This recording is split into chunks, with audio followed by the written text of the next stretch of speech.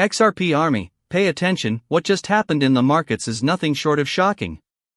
Billions of dollars have evaporated, and the Fed just dropped a bombshell that's shaking up investors everywhere. I want to break down exactly what's going on, because you've no doubt noticed how crazy the swings in XRP, Bitcoin, and Ethereum have been.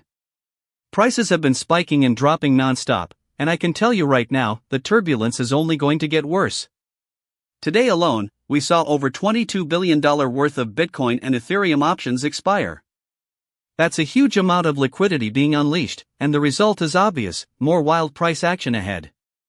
Now, I know the question on your mind: does that mean the market's heading down, or does that mean we're set for a move up? We'll get into that soon, because other pieces of data point to something much bigger happening. Let's talk about borrowing. Tech companies right now are pulling in capital at an incredible rate. So far this year, they've raised more than $157 billion in the US public bond market, the biggest amount we've seen since 2020.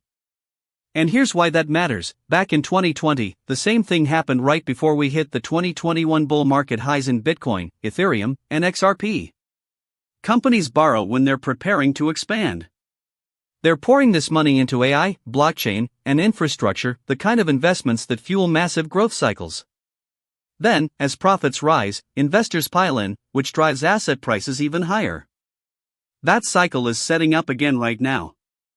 Based on this pattern, I believe we're looking at new all-time highs forming around 2026. But keep in mind, the Fed will eventually step back in, raising rates and tightening liquidity, and that's when the bubble bursts, likely around 2027. Now, the timing is never perfect, because even the Fed doesn't fully know when they'll change course. They react to incoming data. But what we can track is today's data. For example, August PCE inflation, which is the Fed's favorite metric, just came in at 2.7%, with core PCE at 2.9%. That's the highest inflation reading since early 2025. And yet, the Fed is still cutting rates. What does that tell us? It means prices on everyday goods and services are climbing, the dollar is losing purchasing power, and people are searching for better places to store their wealth.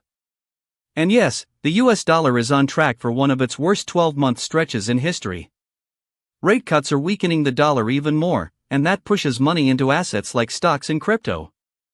On top of that, the Fed has signaled 2 more cuts before the year ends, which means even more liquidity entering the system.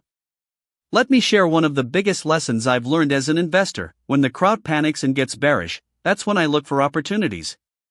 And when everyone's euphoric and bullish, that's when I get cautious. Right now, sentiment is leaning bearish, and that's exactly why I see opportunity. Just